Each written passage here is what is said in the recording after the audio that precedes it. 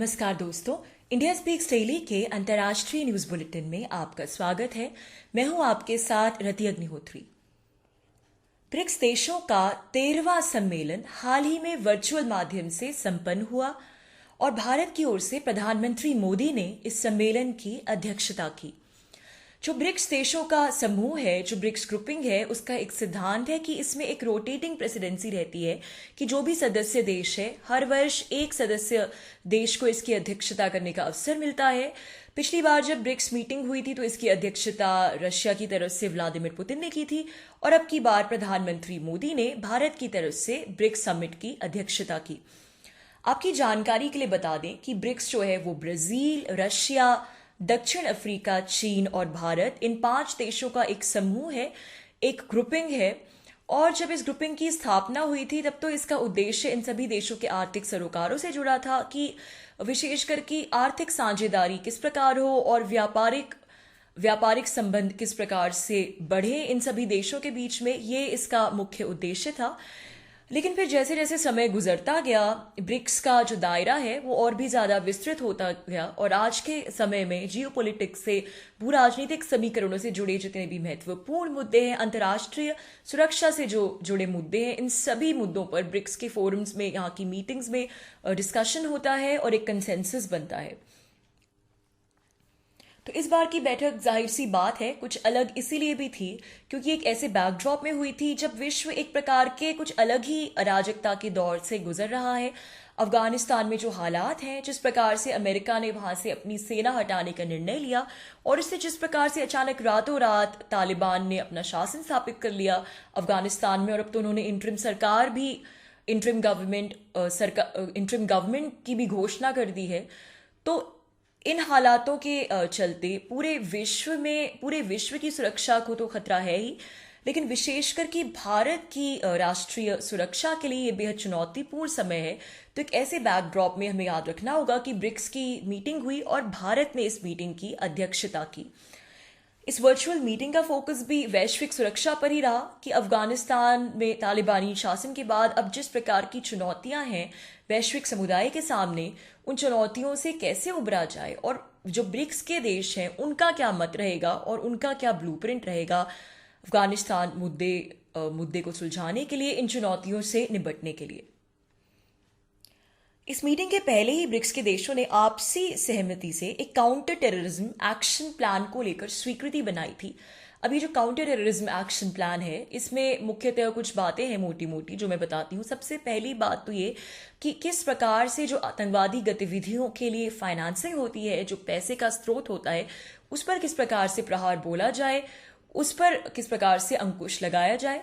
दूसरी बात कि इस प्रकार की गतिविधियों के लिए जो इंटरनेट का प्रयोग आजकल धड़ल्ले से हो रहा है उस पर कैसे आपसी इंटेलिजेंस शेयरिंग के माध्यम से रोक लगाई जाए। और तीसरी बात कि बॉर्डर कंट्रोल्स को किस प्रकार से और सख्त किया जाए।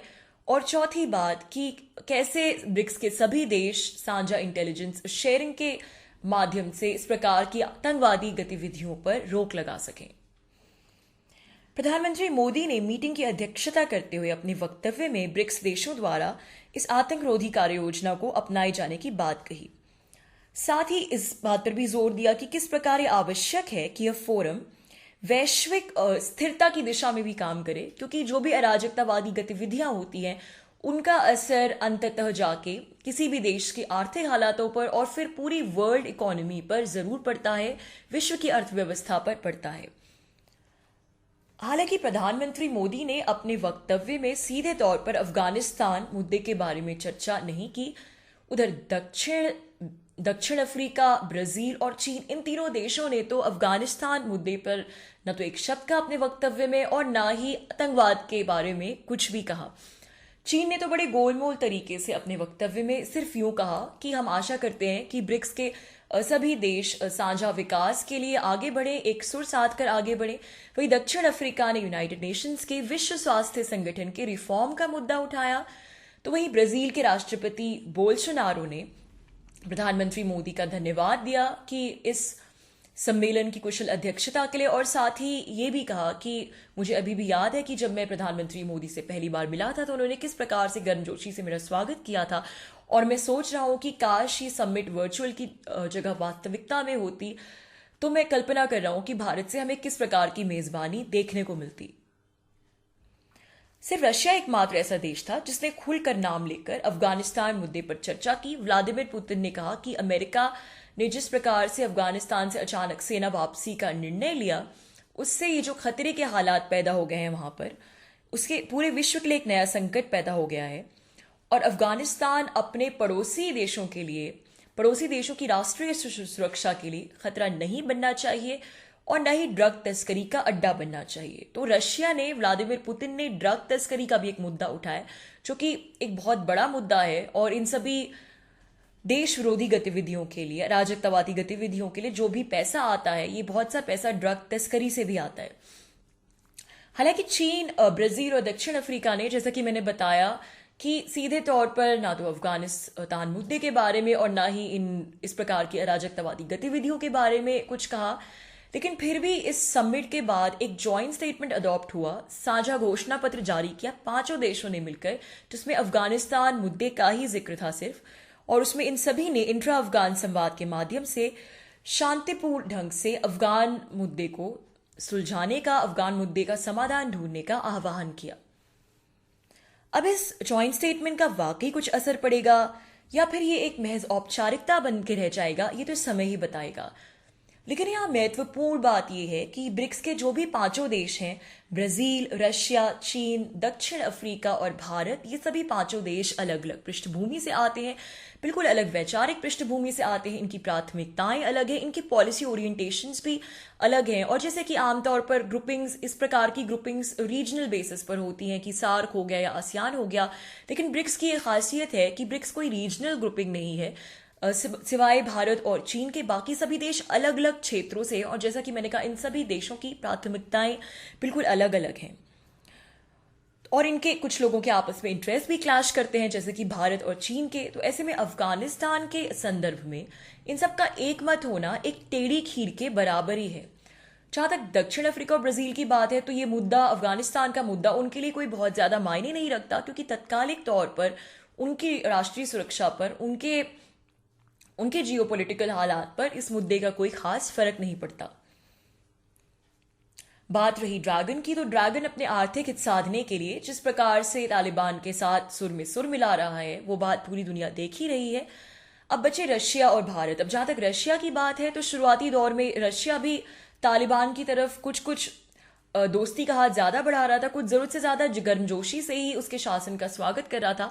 लेकिन रशिया ने एक प्रकार का यू टर्न लिया है, क्योंकि रशिया को शायद अभी ये बात समझ आ गई, क्योंकि जिस प्रकार के लोग उसकी अफगानिस्तान सरकार में नॉमिनेट किए गए हैं, रशिया को शायद ये बात समझ में आ गई है कि इस प्रकार का वादा वो तालिबान से तो नहीं ले सकता कि इससे उसकी राष्ट्रीय सुरक्षा को खतरा ना पड़े।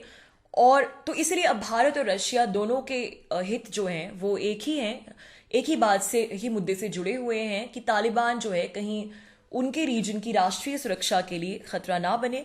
इसलिए दोनों ही इस बात को लेकर प्रयासरत हैं कि ब्रिक्स के माध्यम से अफगानिस्तान मुद्दे पर बातचीत हो और कोई कंसेंसस बिल्डिंग हो।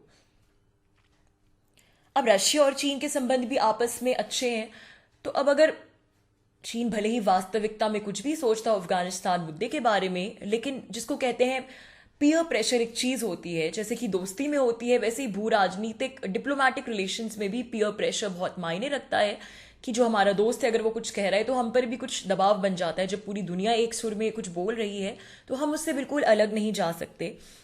तो रशिया के दबाव के चलते उसे ड्रैगन को थोड़ा बहुत दिखावा तो करना ही पड़ रहा है कि वह भी तालिबानी शासन को लेकर संशय में है।